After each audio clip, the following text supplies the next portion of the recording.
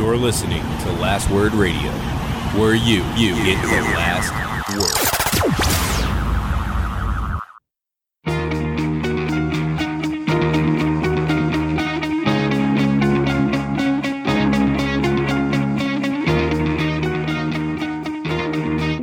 Welcome to the Fourth Line Podcast, part of the Alberta Podcast Network, powered by ATB. This is September the 9th, 2019. With you today is myself, Carl, and Stevie Nick.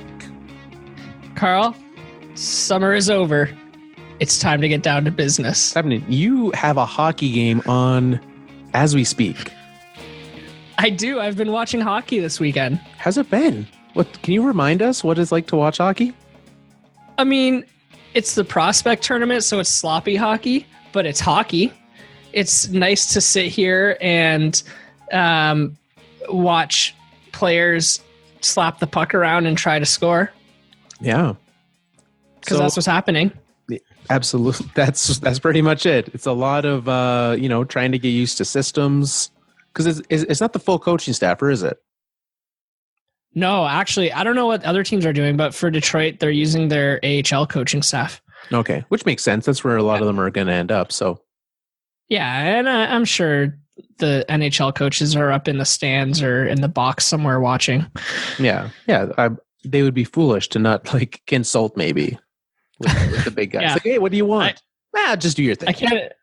I can't imagine they're on their couch watching this crummy YouTube stream. No, probably not. But hey, what other teams are in that tournament with Detroit? The Toronto Maple Leafs, who they're playing right now, the St. Louis Blues, the New York Rangers, the Chicago Blackhawks, and I think there's one more, and I can't remember who it is. Do you know? Are you testing me, or are you asking me? This was purely purely out of curiosity. So, it's good that hockey's back. It's glad that we'll be here. We've got we're starting our division previews today, Nick. Yes. We've got an RFA signing to talk about. We've got a Toronto Maple Leaf signing to talk about, kind of. Trust me. Follow where I'm going. You'll get okay. it. Okay. And we're going to give away a book today as well. Yes. Hockey 365. Hockey 365. We're going to give that away. Thanks again to Mike for coming on last week. It was a great chat, and we're excited to give someone a copy of his book. Before we get into any of that, because we have so much, let's just get into the meat of the show. The Alberta Podcast Network is sponsored by many, many folk. One of them is the Alberta Wellness Summit. This episode is brought to you by the Alberta Blue Cross Wellness Summit, a date to explore fresh perspectives and practices around wellness at work. Better than me telling you, I'm going to let Linda Crawford of Alberta Blue Cross tell you all about it. It's a good idea. You know, Alberta Blue Cross really wants to support people. We truly, truly are moving the needle in a way that we want to make an impact. And so, coming to even a first ever event is always fun. You can always now be able to say, hey, I was at that event. And our intention is to really leverage and scale this on an annual basis. So why not come and be that first pioneer and leader that raises their hand and says, you know what, this sounds fantastic. I want to be part of this movement, the energy that's going to happen there. Sign me up. So it's happening October 10th at the Renaissance Edmonton Airport Hotel. Sign yourself up at wellnesssummit.ca. You will not regret it. All right, Nick, let's get into this. We've got hockey. We've got previews to do. Jake Gardiner. Let's start there. Yes. He, formerly of the Toronto Maple Leafs. See, I told you we'd get to it. I figured that's where you were going. Here's what I thought in my head, and I didn't actually let the words come out of my mouth the same way. I was going to try to make it sound like Mitch Marner had signed. Yeah. I was going to say, we're talking about an RFA signing, something about the Leafs, and make it sound like it worked together. It didn't. The execution was very poor on my part. That's okay. Well, you've explained it now. No, it makes sense. Worse? You know what's worse than explaining a joke? Explaining a failed joke. Is that worse or better? I'm going to go with worse. Okay. Sure going to go with worse. Jake Gardiner has signed with the Carolina Hurricanes, a deal that will get him for over 4 years, $4.05 million. A super great deal for the Hurricanes. Right? So I was going to say, first of all, finally, why did Jake Gardiner wait so long to get signed? Second of all, why? Why did he sign for so little? I thought for sure he was going to go like 7 years, $7 million or something. Yeah, I thought at least $6 million a year. Yeah. Right? On a deal.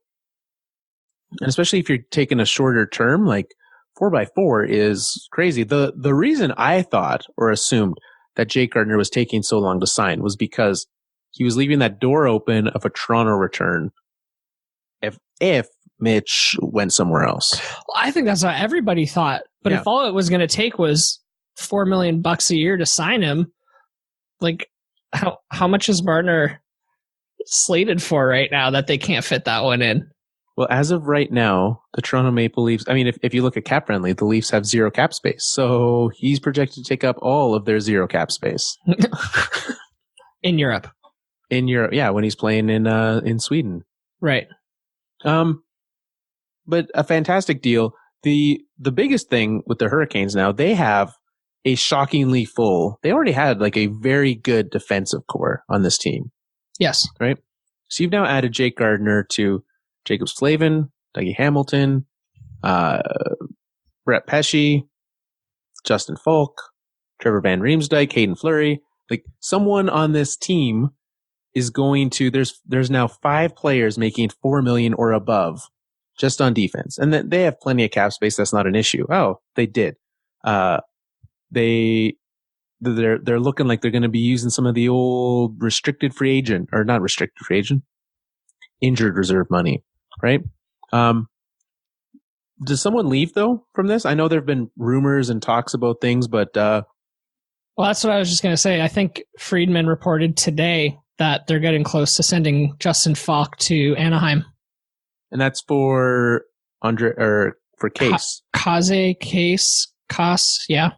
I'm going to go with Case but I assume it's Kaze sounds more right. Cause, well, I mean, it sounds more fancy, so I assume that's how you say it. Probably. What are your thoughts on that? The Kaze Falk deal. I don't know much about Kaze, but Falk's name's been floated for a while now, a few years. And I don't know. I'm fine with it. I think the Hurricanes are legit with or without Justin Falk. They're going to be good. But is Gardiner an upgrade to Falk? Probably. Well, especially if you can move him, right? Like Kaze is a reasonable player, right? He can get in the lineup. He'll produce somewhat for you. Wings score? The Wings just scored, yeah. Oh, look at that. They took the lead. And so being able to, sign a guy and then trade out a comparable piece, and honestly, I'd probably rather Jake Gardiner than Justin Falk at this point. Yeah, I think I would too. Is Falk's contract almost up?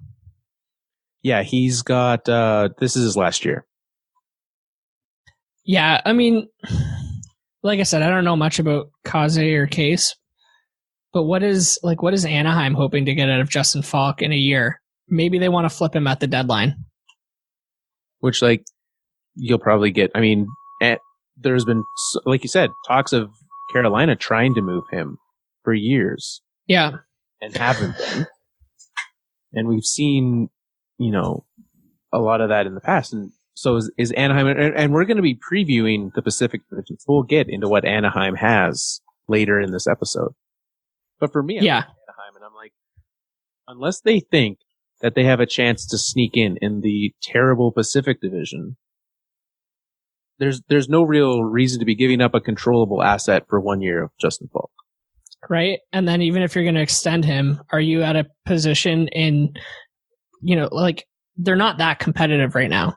So in my opinion, they're not in a position to be extending a 27-year-old right-handed defenseman. Who plays like he's 33. Right. It feels like he's 30. Like, I feel like he's been around for a long, long time. I feel lied to by the fact that he's 27. Sure. Yeah. So, yeah, I don't know. For Anaheim, I don't really see it unless they plan on moving him again. But yeah, so I think it's good for Carolina. And like I said, I think these guys are legit, and they added Ryan Zingle this offseason too. So yeah. I mean, they added, they've got a good team. They're going to be, I'm very curious to see what their new version of their goaltending tandem, what that becomes with Reimer. I've just got Marner on the brain apparently. Yeah, clearly. With Reimer and Mrazek in net. That's obviously better. It's still not great. That's still their weakness on this team, but yeah, I think so. Especially because Mrazek's such a wild card. Like, I would think that he's going to be the starter and Reimer's going to be the support. But the thing about Mrazek, and I speak from experience of having watched him for 2 or 3 years, the guy is so hot and cold. But that's why having someone like Reimer as your B goalie or your B option is so great for them. Yeah, because he can step in. Well, and I would say he's the exact opposite, right? Like he's never going to be great, but he is a consistently solid goalie. Absolutely. He's a good. Can I tell a quick James Reimer story? Please do. Every time his name comes up, I think about him, and I simultaneously laugh and just feel so sad at the same time. So remember when the Leafs were up 4-1? The 4-1 game? The 4-1 game. Uh-huh. And it was game 7 of the first round of the playoffs. And they were up 4-1 going into the third period or midway through the third period. Every Leafs fan just turned this show off, by the way. Okay, but this is such a good story. There was a photo that was posted to the internet the next day, and I have never been able to find it again. I don't know where this went, but the photo, this is the day after they lost. It's of James Reimer sitting alone inside of a Wendy's, just going to town on a burger and fries. Like, the poor guy probably hasn't had fast food in months because he's staying in peak physical condition for this playoff run. And the day after that, he's just by himself in a Wendy's. He just needs some alone time. He just needed some alone. He's just processing what happened. Yeah. Well, also processing that Baconator. Right. Yeah, that's good. So yeah, that's Carolina. And great signing for Gardiner. Not sure why it took so long. Honestly, with what I would have wanted him. I wanted him in Denver this year. I think a lot of teams looked at what it cost. They're like, why didn't we do that? Like, what? Right? Like, yeah. Even the Leafs. Right. Even though, they're obviously saving their money for something else, but there's a lot of teams that would have really enjoyed even $5 million. If the Avs had assigned him 4x5, would have loved it. Yeah. It's a weird one. We got another signing today as well. Zachary Werenski signed. We thought RFAs were never going to sign, Nick. I know. Columbus coming up big for us today on recording day. Thank you very much, Columbus. They signed a 3-year, $5 million per contract. A nice little bridge deal for Zach Werenski. He's still going to be a restricted free agent when the deal is up. Is this what we're just going to get? We're going to wait this entire summer for RFAs to sign and they're all going to sign bridge deals? Yes, but there's something really interesting about this contract. And I'm not sure if you saw Bob McKenzie tweeting about it earlier. So the cap hit is $5 million a year, but the actual salary is not. So for the first 2 years of the deal, the actual salary is $4 million. On the third year of the deal, the actual salary is $7 million. The reason for that is because, as you mentioned, he's an RFA at the end of the deal. And I believe he has arbitration rights at the end of this deal as well. Yep. And if they just do a qualifying offer for him, which is a 1-year deal, and it carries him into unrestricted free agency, the salary is the same as the last year on his last contract. This is the second one of those we've seen this offseason. Yeah. Timo Meier with the Sharks did the same thing. His is $10 million in the last year. So this is I don't know, if you're going to bridge deal, it helps the team. The player gets that guarantee. Like, if you're going to not keep me, I want that payday. So I think it's a good balance, right? it's a win-win in my opinion. Yeah. For the player and the team. Absolutely. So I think we're going to see a lot more of these as these other RFAs start to put pen to paper. Well, and unless granted, what we could just see is that when this new CBA comes in, they just wipe that out and they're like, yeah, that's not how qualifying offers work anymore. Yeah, I do wonder if it's going to be this CBA or the next one. Because I think that as players hit their prime earlier in their 20s, they're going to want to be paid what they're worth. And with the way that the RFA UFA system works right now, I don't think that they are really benefiting from that. It's definitely, now that we're looking at like the fact that an age curve is a thing that the general population can be aware of, let alone front offices and things like that. The fact of that you don't hit free agency until post peak sometimes. This is something that I think we're going to. This is when, like, I'm interested and very excited to see where analytics starts to get into league, CBA negotiations, because for players to not be getting their big payday, to be able to have a chance to live out their peak years, I would not be surprised if we start to see that gap start to shrink. Yeah, I agree. But the reason I think it's going to happen at the next CBA is that like probably half of the players in the league are still the older guys who are over the age of 25 or 27, right? Well, that'll always be the case though, right? Like when it would literally only be for them to be like, okay, we're going to help out the future players. That's a great point, because for them to say, we're going to throw these other players a bone, because arguably they're taking their own money away, because now these younger players are getting bigger paydays. There's less money for them. It's really, biting the hand that feeds them at that point. Yep. But yeah, I don't know. It'll be interesting to see how the players react to this in the coming years. Yeah. In what way? I just feel like, so these current RFAs at whatever, 22 to 24 years old, I think when they're in their UFA years at, 28 to 32, they'll have lived through this. We've already gone through our peak and we didn't get what we deserved. So I think they'll be more likely in 5 years' time or 4 years' time to want to help out the newer generation. Yeah, because they know what that's like. And much like we saw with some guys with the last CBA, you sign your giant deal and then you outlaw your contract in the next one. So right. Which is fine. Yeah. So thank you. The Minnesota Wild have Zach Parise and Ryan Suter to thank for that. Yeah, no kidding. Oh boy, they got some work there. But all that being said, a $5 million cap hit for Zach Werenski over the next 3 years is a great deal. That's fantastic. And for Columbus, a team that's really trying, I know that the team and the players are obviously saying that, like, we want the guy. Who was it? Was it Atkinson came out this week? One of the guys on the team came out this week and said, like, we don't want anyone who doesn't want to be on this team. We're not sad that Panarin left, that Bobrovsky left. If they don't want to be here, we don't want them. We're fine having the guys who want to be on this team here, and we'll win with them. So do you think they'll win with them? No. It's the same way that every guy's like, I'm showing up in my best shape and my entire career is going to be fantastic. That's that version of it. Right. So you are of the opinion that Columbus has taken a huge step back this offseason. Yeah. Yes. Is there any way that there's like, I would be very interested. Someone who's like, no, they're better off this season. This is the better Columbus team. Nah, I don't think they're better off. I don't think they're like as bad as some people make them out to be, but they're much worse than they were last year.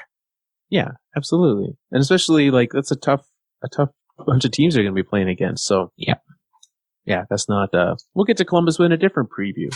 Yes, we will. Well, no, but Werenski, that's a great deal. I'm sure he'll sign another long-term deal. I mean, even qualify him at 7, and that's a fine contract with what he's becoming as a player. So yeah, good on Columbus. Agreed. You had a guy retire this week. I mean, not you. Me. No, I don't know. Did someone retire from your work too? No. Okay. Well, the Red Wings had someone retire. Yes, they did. Mr. Niklas Kronwall. Yes. Number 55. Croner, as he's known to us. the entire league celebrates. I mean, it's less so than before, but the entire league celebrates not getting Kronwall anymore. Yeah. Everyone can put their heads back down. Right, exactly. But it was an interesting situation, the way that it played out with him and the Red Wings, right? In what way? Well, in that he's staying with the organization. He's not just walking away. Yeah. Yeah. A lot of guys, when they retire, especially after whatever he played like 20 years in the league, they want some time away from it, and they'll go back to their remote town in Sweden and just stay away from all of this. But Kronwall's decided to stay in Detroit, and he's going to be working for Stevie as the advisor to the general manager. And is that just like is there any idea what that means? No. Like, Steve, I would get pickles on that. Pickles. It's a good choice. Yeah, his personal advisor. Yeah. Well, just whatever he wants. Black or blue today. Honestly, like that, I think the idea is that Steve Yzerman, when he retired from the game, Ken Holland brought him into management with some vague title like that and just kind of showed him the ropes of how everything worked. And that's kind of what this seems like to me. Like, hey, Croner, come and sit in meetings, watch the game from the box, tell us what you think about this player and that player, and here's how we evaluate guys, and here's how trade calls happen. So, like, obviously, Kronwall is interested in getting into management.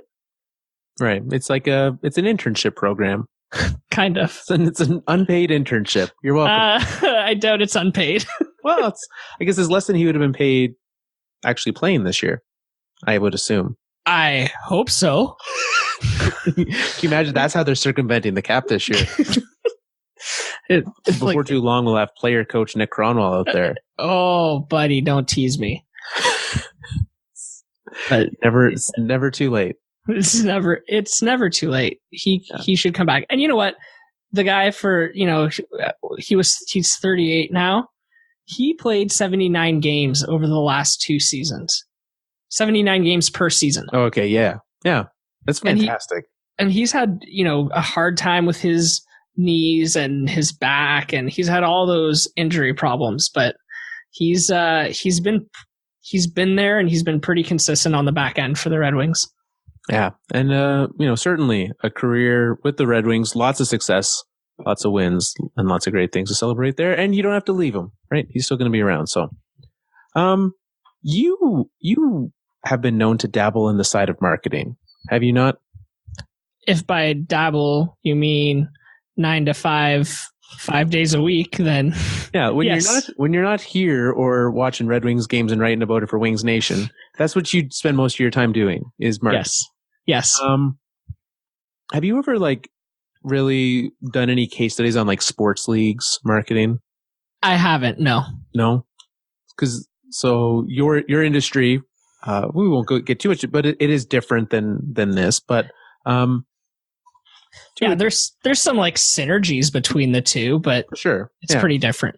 So what are your takes as the official marketer of the Fourth Line podcast?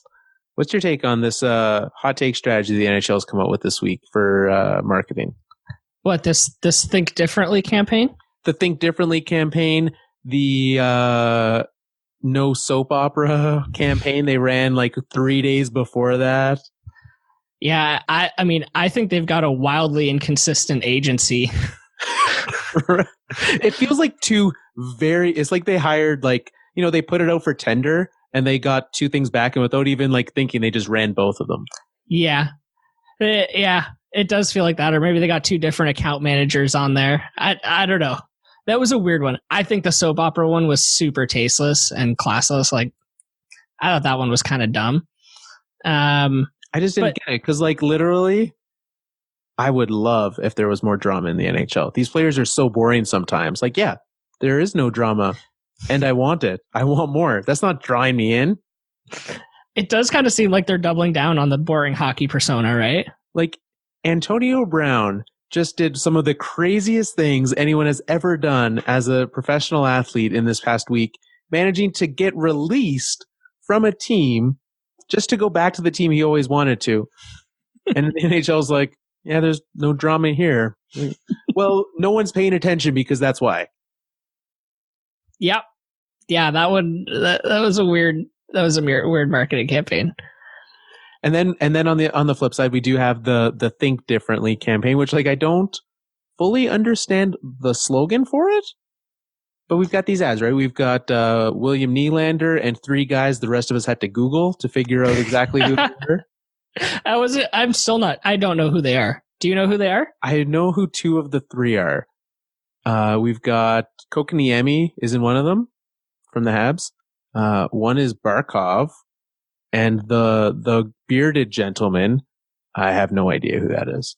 Kokoniemi, really? I knew it because of the mole. Okay. He's got the mole, and I was like, there it is. I only recognize Nylander. Yeah, and that's what everyone else did. So yeah. So not only did they used the faces of the players that no one knew who they were, which is one way to think differently. Like most leagues are putting their stars in their marketing campaigns, not the NHL. No, of course not. We've got that. And then we've got these slogans. If you were to rate them on a scale of Kokoniemi to William Nylander, what would you rate that? What is the scale? Like their skill levels? I don't. Okay. I just left it in your very capable. I clearly don't have capable hands. I'm obviously a very bad marketer. No, you're a great marketer. It's okay. I don't think my boss listens to this podcast. I don't know. The slogans were fine. I kind of got where they were going with it, which is, I guess, is all you need. I thought Get Puck Steep was funny. I enjoyed the tongue-in-cheekness of the ad in general. Like, again, you're giving some sort of personality to these players, even though we have no idea who they are. Right. Well, they're kind of making fun of the boring hockey persona. Yeah. Which is it's a level of self-awareness I didn't think the NHL had. No, not in the slightest. So I appreciated that. I thought it was funny. The more I think about it, the more I'm sure it was intentional that they made these ads very memeable. Oh, 100%. Because it blew up, right? Everyone was making their own. Yeah. We were. Everyone else was. Yeah, that captures everyone. It was us and the rest of hockey. They were doing it. Yeah. But literally, every website had their own versions. I'm sure there's a listicle somewhere out on BuzzFeed or whatever. Yeah. Whatever the NHL, but the sports version of BuzzFeed, whatever that is, the name. Is there one? Yeah, there's Deadspin probably had a list of them or something like that. They're always listicle and stuff.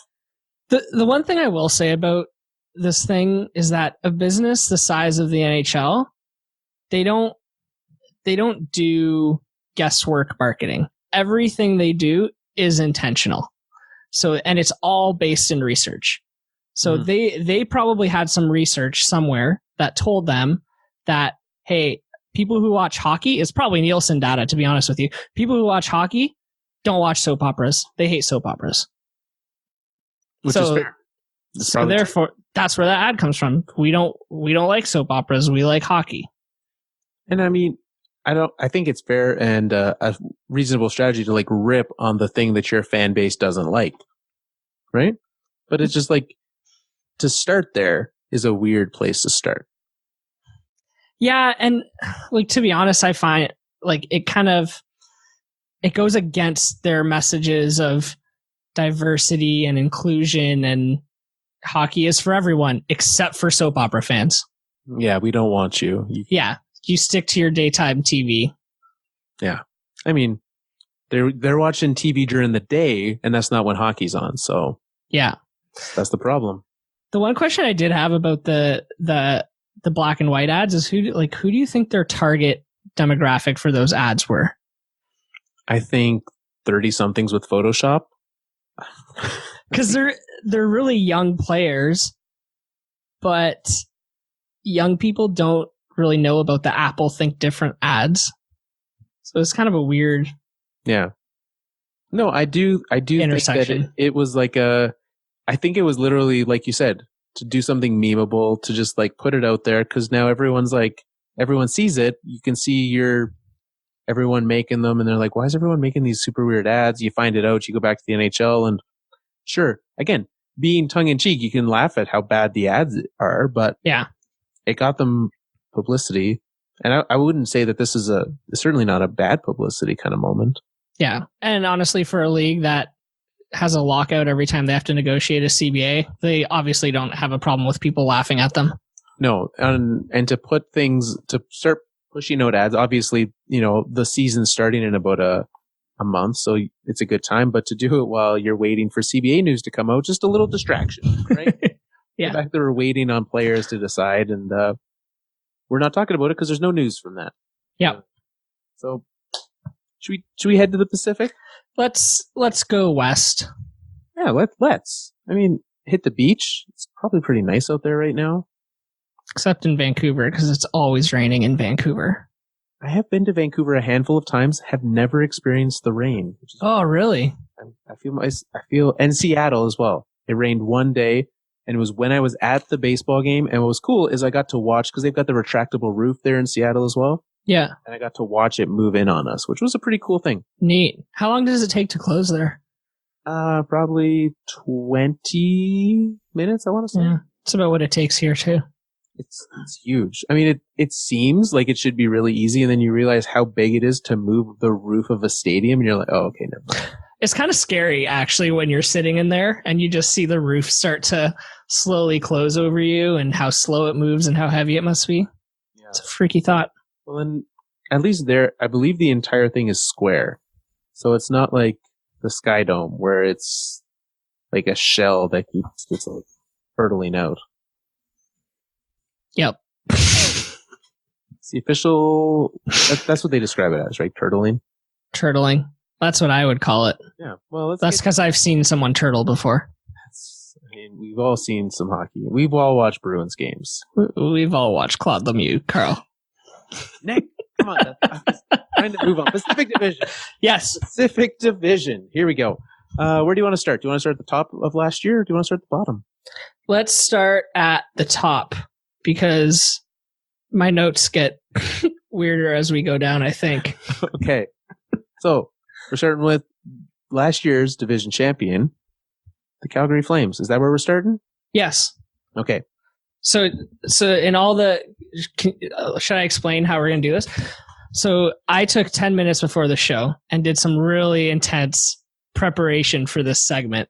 And I wrote down 1 to 2-ish changes that each of these teams went through. Very brief descriptions. So I'm gonna tell you what these changes are, and then we can discuss. Okay, I like that. So the Flames, obviously, most well known for losing to the Avalanche in the playoffs. First round flare out.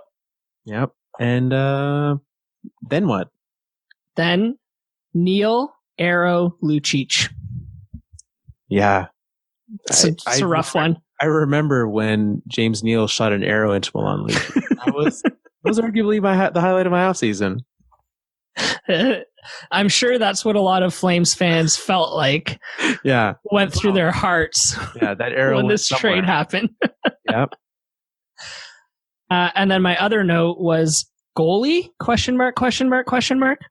Yeah. Do they have one? They've got Cameron Talbot and Big Save Dave. I forgot. Okay, first of all, Big Save Dave is an amazing nickname for a goalie. Yeah. I mean, I wish he was better than he is, so it was like a little bit more fitting. Yeah, that's too bad. And I totally forgot about Cam Talbot. Yeah. So then we got the Calgary Oilers. Yeah, exactly. So they thought, you know what? 3 years ago, Edmonton went to the playoffs with Cam Talbot and Ned and Milan Lucic on the team. Let's bring him back. Let's get the band back together. Oh, God. The Calgary Flames, I think last year it was a fluke. And I don't think they're going to do well this year at all. So this is going to become a running theme, for me at least, as we go through this division. Yeah. I don't like almost any team in it. Like there's like I haven't looked at the updated odds for winning the division, and I will as we're talking. I'll pull them up. But there's one team that's gonna win the division, and then everyone else is just playing for like someone has to make the playoffs. So I think Calgary could.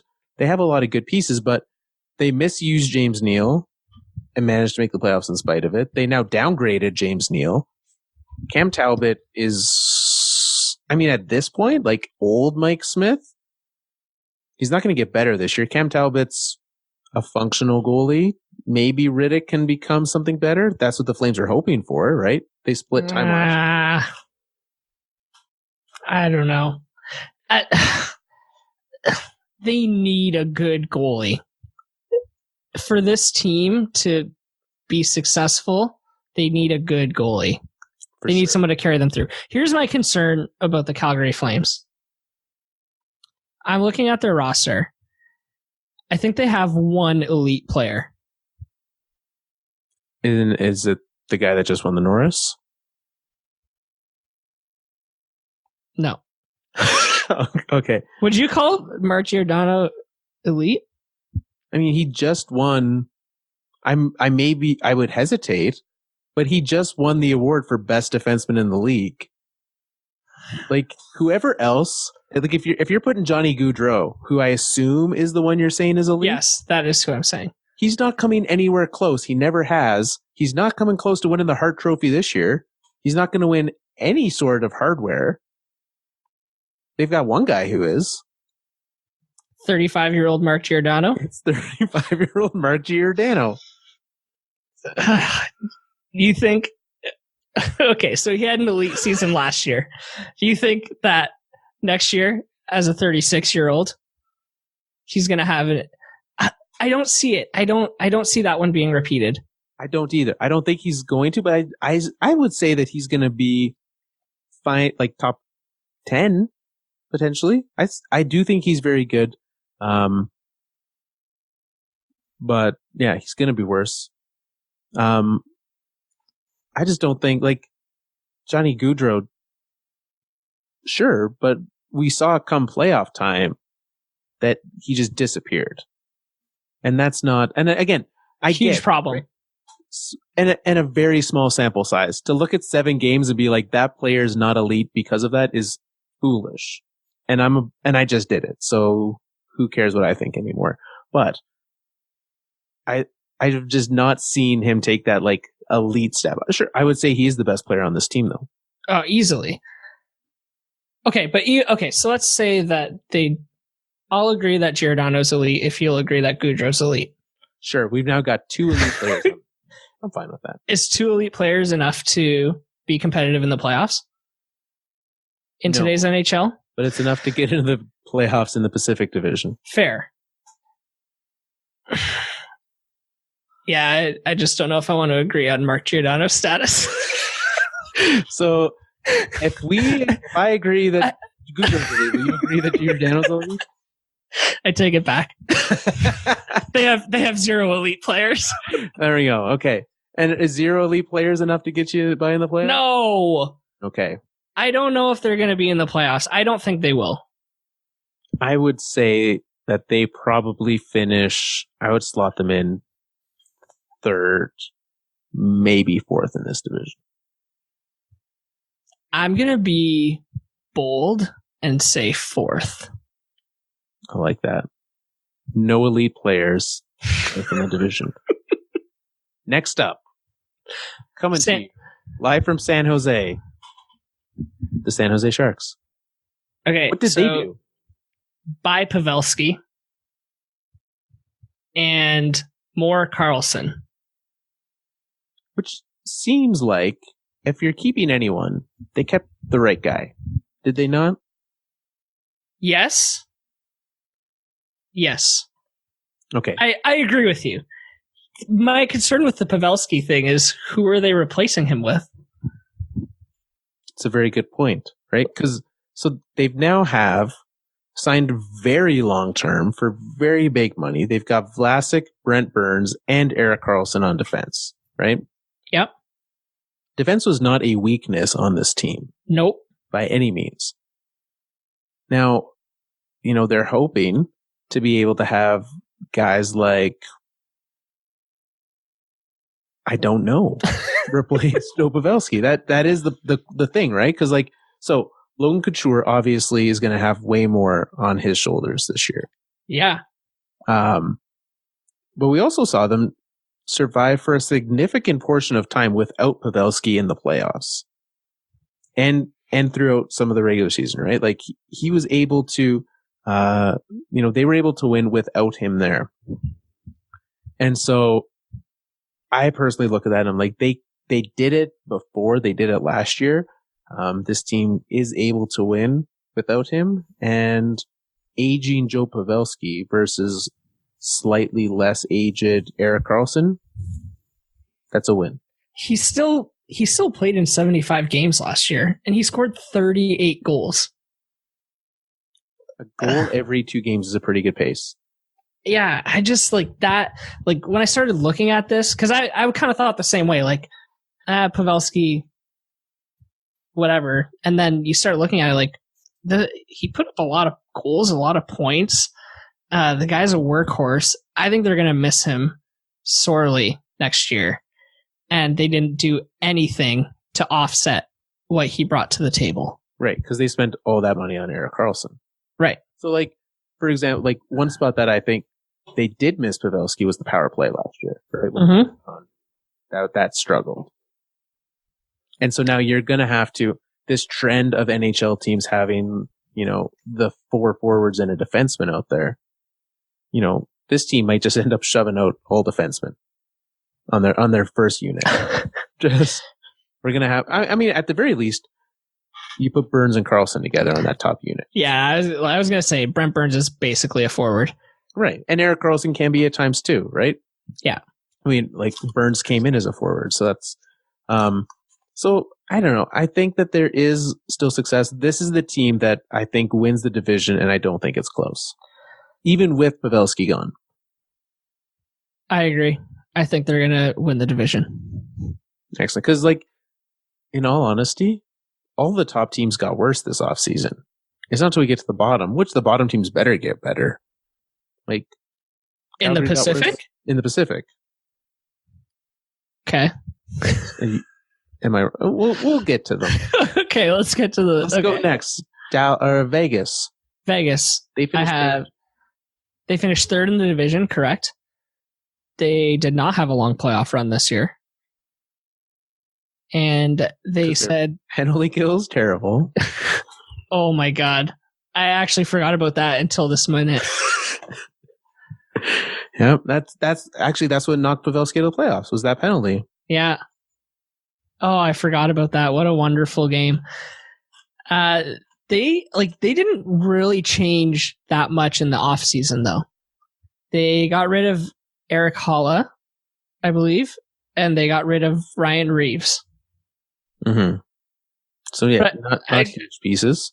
No, and I couldn't find any other big changes that they made. I mean, I still think that they got better with Max Pacioretty and Mark Stone at the end of last year. For sure, yeah. Bringing in Stone was, and then signing him was their off-season move, right? They literally couldn't do anything else. Right. They got a new GM. I think that happened. But they're I don't know. I'm still not feeling too high on this team. What do you think? Yeah, I will strongly agree. They did lose, and I'm trying to recall the exact pieces, but there are definitely pieces that have left this team because they're right up at the cap with the Mark Stone signing, right? Yeah. And they don't have that flexibility anymore. So what made Vegas such a great team before is their depth and what they could do and just how many pieces they had. Well, now all those pieces kind of had to get paid or got traded. You trade some for Pacioretty, you trade some for Tatar, you trade some for Mark Stone, and all of a sudden you've run out of all your pieces. Now, I mean, they got good value back. Mark Stone is a fantastic player. Elite, I would say. I'd agree. Excellent. But if we're using that question, I would also say he's the only elite player on this team. I agree. Look at us go. So using the Calgary meet, they will finish above Calgary. Yes. Who we've now agreed have 0 elite players. And yes. So I have them second in the division. Maybe I'm trying to make room for my bold predictions. So I'm going to have them finish 4th and bump Calgary down to 5. Wow. I'm very excited for Edmonton and Los Angeles to come 2nd and 3rd for you. It's going to be a lot of fun. I'm very excited for me to have to remember how I'm ranking all these teams to finish in the next 30 seconds. Don't worry. We've got it recorded. All right. Somehow, in the rest of this division last year, those were the 3 playoff teams. No one else made the division. Both wildcard teams came from the Central Division. We had Arizona. They missed the playoffs by a mere 4 points last year. They were the first team out of the playoffs. This year, a little different team. What is Arizona doing? Kessel, all caps, 3 exclamation marks. And the exclamation marks are hot dogs. Absolutely. The Phil show's coming to the desert, baby. It's gonna be good. Have I told you? I think I'm going to a couple games down there. At least. Are you? Yeah. Nice. I am too. When are you going to be there? March. Ah, dang it. We're going for New Year's. Oh, okay. So I get to watch the Stars and the Coyotes, apparently. I'm going to pay $12. I hope it's Phil Kessel hot dog night. That would be amazing. They need to brand like the hot dog packaging on there. Yeah, just lean into it, right? Like we've already seen how well they can market sometimes. Lean into the hot dogs. I would. I'm also very excited for Phil Kessel to be back in the same division as Randy Carlisle. Good one, Randy. Randy doesn't have a job in the Pacific anymore. Does he not? Because he was with Anaheim. Yeah, did he get fired? And then, Dallas Eakins is the coach there now. Oh, I read the hockey reference page wrong. Oh, that was last year, probably then. Yep. I'm living in the past. It's 2019, Nick. Darn. That's okay. What were we talking about? Phil Kessel. Phil Kessel. So that team now is Phil elite? I mean, my heart wants to say yes. Absolutely, my heart does. I think that Phil needs good players around him to push him into that elite level. But does he? Because I wanted to say that exact same thing. I wanted to say Phil Kessel cannot do it by himself. And granted, we did not see him do it by himself when he was in Toronto. But we did see him put up some fantastic production. He scored 37 goals twice with the Toronto Maple Leafs. Yeah. And those were not good Toronto Maple Leaf teams. No, they were bad teams. So I think that Phil Kessel is elite and can do it. It's just like we haven't seen him. Sure, like he was not you had Crosby and Malkin ahead of him, even just in the forward group in Pittsburgh. He wasn't the best player there, but in Toronto he was. He did a great job. Toronto media, apparently that wasn't good enough. Scoring 37 freaking goals isn't enough to keep them happy. So he's not making the Toronto media happy. Doesn't matter who you are. Arizona, there's no media to keep happy, so it's fine. Do they even televise games out there? I don't know. Actually, that's the thing I need to remember. We don't have time anymore this week. Next week, I'm making a note. I want to talk about the Avs broadcasting situation. We'll talk about that next week. Okay. I don't know how much you know about it right now. None, but I'm excited to hear about it. Okay. It's going to be, I wanted to earlier. We just don't have time. Anyways, Phil Kessel, where do you have Arizona? Because you seem excited. I think Arizona's going to be top 3 in the division. Yeah, I want to say that. I also want to say the same thing because so they made the Phil Kessel trade.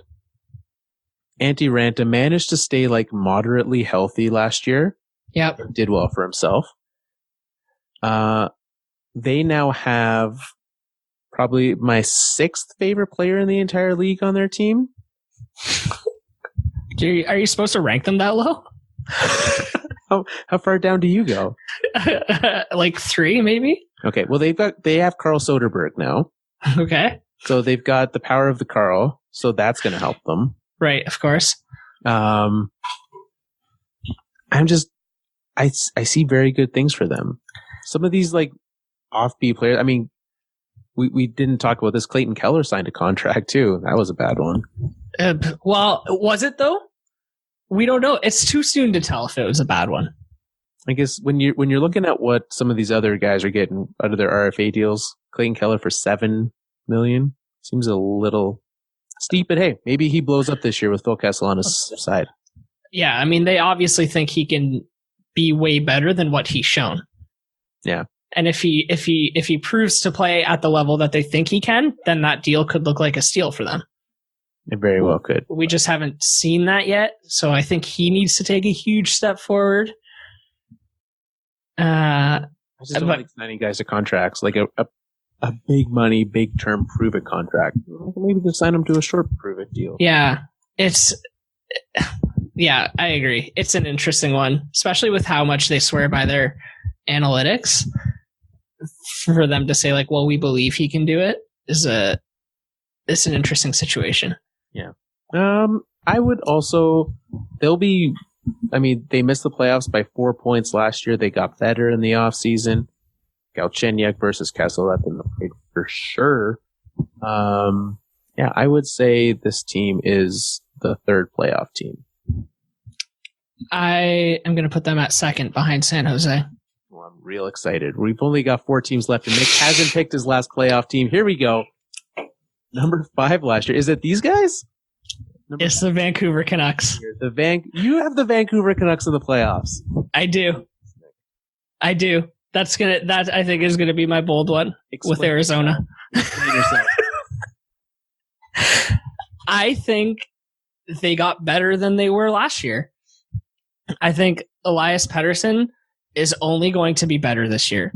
I think the JT Miller, I know that trade was kind of poo-pooed at the draft, but like I think that is a great addition to their roster, and I think Tyler Myers is also a great addition to their blue line.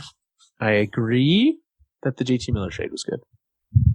You don't agree about Tyler Myers? It's fine. I mean, I wouldn't have done it. I would have.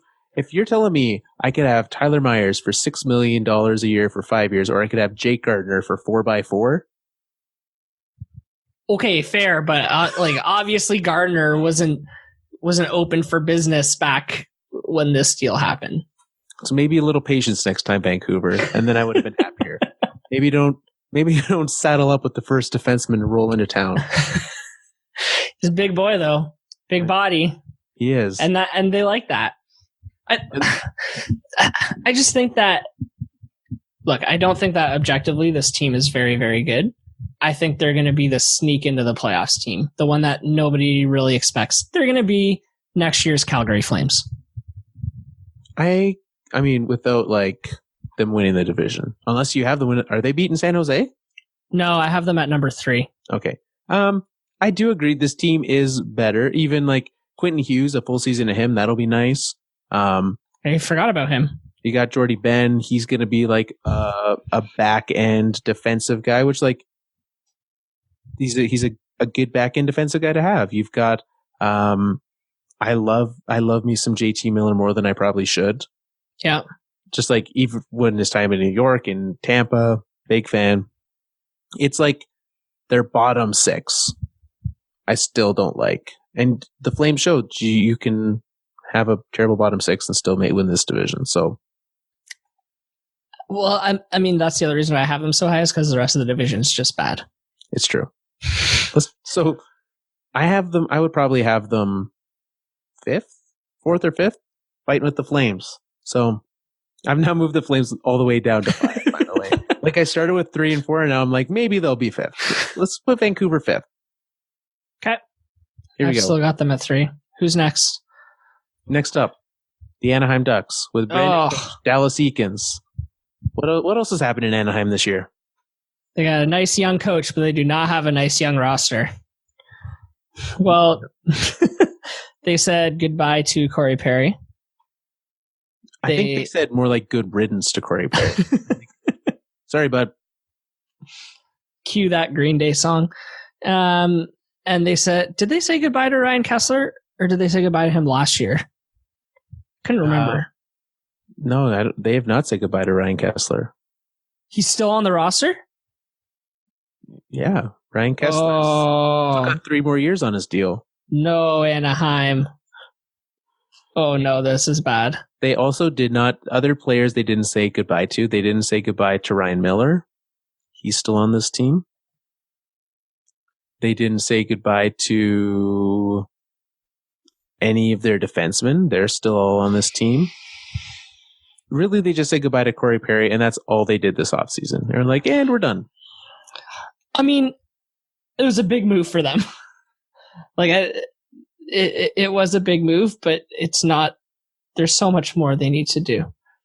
I do find it's just like they bought him out, and they said, "Go away, Corey. We're done with you," and then did literally nothing to use that $6 million in cap space or like any of that space, right? Like, I mean, they didn't free up a ton. They're only paying him $2 million this year, so they've cleared up, about $6 million for this season, and they just didn't spend it. They were like, we would literally just rather pay. We're not going to use that space. We're just going to pay you to leave because you make our team worse just by being here. The Corey Perry story. I want to feel bad for Corey Perry, but I just can't. But he's made his money. Yeah, I know. While being a pest. Justin Falk is making almost $5 million. Well, so there's that. And Andre Case is only making 2.6, so that's where they'll spend $3 million on Justin Falk for the year. Good for them. Yeah, this team has a lot. They're hoping some of their young guys can come in, right? Like following again prospect tournaments all over the place. A lot of very recognizable names, right? They got Sam Steele, Max Jones, Troy Terry, a guy who came up last year and had his time. Anaheim is hoping that their forwards are these young players that they've been drafting and developing. If they can be good, which they probably won't because not many players can come in. I'm not saying it. I'm just saying it's rare, right? For you to be able to just come in and be good, put up 15, 20 goals for the 3 of them, be able to, have a 50-point season. That's not going to happen for all of them. So it'll take some time, a little bit more patience, but the end of an era is upon us in Anaheim. Yeah, well, I think the era ended already. I guess when they missed the playoffs, that era ended. But yeah, and I do like bringing in new coach Dallas Eakins was the guy who had those young players in the AHL last season. So I like that choice. That's good. That's a good move for them. Yeah, I'd agree. I mean, I don't think it's going to win them more games, but I think it's a good thing to continue their development with some consistency. That's what, consistency in their development is a big thing. So, yeah, I don't know. I have Anaheim probably 6th. I think I got them 7th. You got them dead last? No, there's how many teams are there? There are 8. Oh, sorry, I forgot about the Edmonton Oilers. Well, we're doing them next. So, Edmonton. Oh, where do we even start, Carl? I feel like the Oilers are always in the news. Well, here's a couple things they did. They got rid of Milan Lucic this offseason. Upgrade. Big one. They brought in Mike Smith this offseason. Why? Sure. Why not? And that's really a whole lot of just that, right? They lost Jesse Puljujarvi because he just doesn't trust the organization. So that's a fun thing that they managed to do. And aside from that, they didn't fix their defense at all, right? It's exactly the same as it was last year. No holes have been filled on this team except the Milan Lucic hole. So, yes, I agree on all your points. I think that, they could have just gotten rid of Lucic and brought nothing in, and that's already addition by subtraction.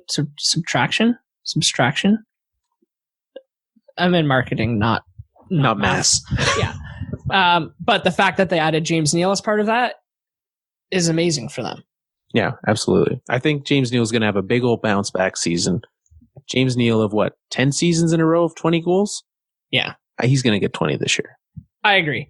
But I think what you're going to see happen this year with the Oilers, I do think they'll improve on the ice, but what we're going to see is a perception change of how people see them and think about them and talk about them in the media, on social media, all over the place. Because they brought in Ken Holland this offseason, and he basically has to cure this sickness that this team has that is so far beyond what happens on the ice. For sure. And Dave Tippett as the coach. They've got a new coach, right? Ken Hitchcock's gone. Yeah. This does feel new, even though above Ken Holland is still the exact same guys as before. It does feel like the fresh start that this team's needed for 10 years. And that every other fresh start that they've had over the last 10 years has been a fake fresh start. Because this is the only, they always said fresh start, but it just felt stale. And this one does feel like Ken Holland has been able to do things move out some of the stink from Peter Chiarelli. Yeah. Like Lucic. And he's, tried to, but it's not easy. You can't just rebuild a franchise without selling off a lot of draft picks and pieces and parts. And when you're at the bottom, you can't afford to do that. Yeah, for sure. And he's also started kind of getting rid of some of the legacy guys who just had jobs for nothing in that organization, and shutting down the sources talking to media and all that, which is going to make a huge difference for the team on the ice, I think, when perceptions change off of it. Absolutely. So we'll see. And, with their defensive hopes, Evan Bouchard, a guy that they picked last offseason in the draft, if he can, make his way into this lineup at some point, obviously only 19 years old, 19-year-old defenseman making that jump. Not necessarily saying that's expected, but. Well, he got some playing time last year too. Did he not? Yeah. I mean, he started the season with them and then got sent back. So yeah, it's still pretty young. And if I know Ken Holland, which I do, well, not personally, but I don't want to spread that, but he's a big development guy.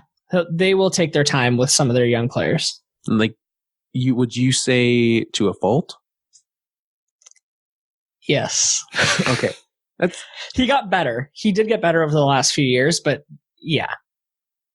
All right. Well, that brings us to our last team. I have the Oilers 6th, by the way. You said you have them 7th? No, I have them 4 or 5, going with Calgary. Okay. 4 or 5. A little higher. Yeah. They're in that range. Who knows? I would say I have them below Calgary, but Edmonton, one elite player. Yeah.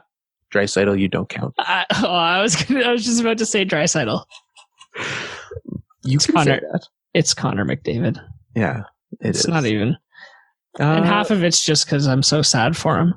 Yeah, I mean, I'm not saying he's elite because I'm sad for him. I'm saying he's elite because he's is. Yes, he absolutely is. Los Angeles Kings. They were bad last year, and they didn't get better. Yeah, I mean, I think that's all we need to say about the Los Angeles. Well, they got rid of Phaneuf. Yep. Mm-hmm. They did. Addition by subtraction. Why don't I know what that word is? Subtraction. You're missing a T in there. Subtraction. Yes, subtraction is an arithmetic operation. Got it. You're not wrong. What were you? Was that your note for? That was my note. It was just by Phaneuf. They didn't do anything else, and they shouldn't have. Right? They're just building up prospects and pieces, and just gotta wait it out. I think. Time. Yeah. So we'll see. There's another year. They've got Kovalchuk has 2 years left on his deal.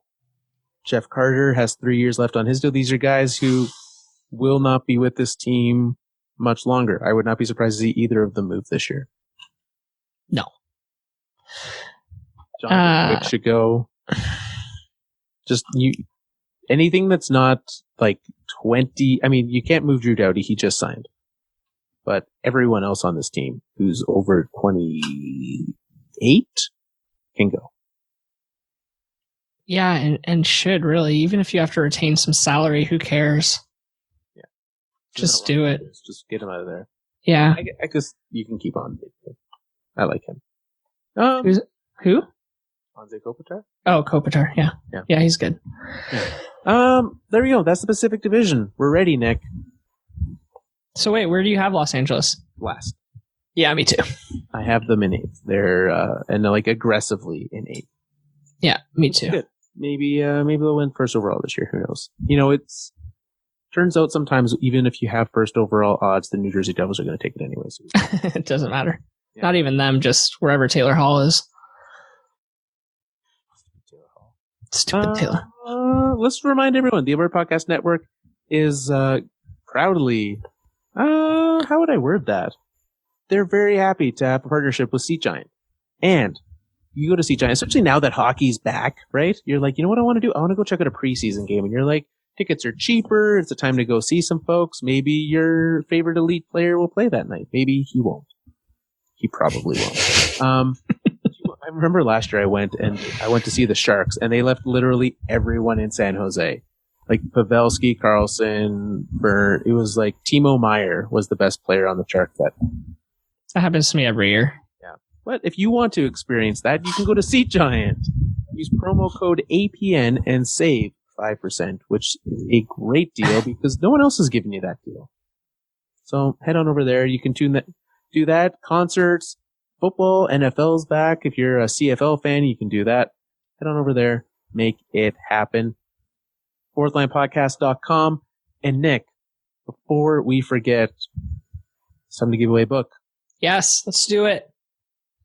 So, we said, if you retweeted our tweet, and literally dozens of people did, they all wanted a piece of this. Who wouldn't? No, I wanted it. Yeah. Absolutely. Why wouldn't you, right? All it takes is one retweet of a fantastic interview with Mike Commito to be able to then be entered to win a copy of his book. You'd honestly be foolish not to. And thus, the winner of this contest is Leonard Waters. Congratulations, Leonard. Send us a DM. Let us know where we can send that book to you. Or you can email us, mail@thefourthlinepodcast.com. You can DM us on Twitter @fourthlinepodcast. It's also where you can find out all the information of what's happening with the show. Like if the NHL runs another marketing campaign and we make our own fake versions of it, you'll find it on Twitter or Facebook, facebook.com/thefourthlinepodcast. We are there for you. Tune in, make that happen. You will not be sad. Find Nick and all of his great stuff, especially now that the Wings are back. You got this prospect tournament. You've been writing some stuff again, which is nice. I also wrote a thing. It's nice to kind of be back writing and talking about hockey. Right? Yeah. It's nice. I enjoy this time of the year. So we've got games happening. Real NHL preseason games will be happening this time next week. So we'll see. Camps are opening this week. That would mean. So real camps are opening. Everyone's going to be there. Next week, we'll be previewing the Central Division. You won't want to miss that. And until then, time for us to wrap up another Fourth Line show. I know what you're thinking. You don't want us to go. I can't say the word subtraction, but I'm excited for all this hockey action.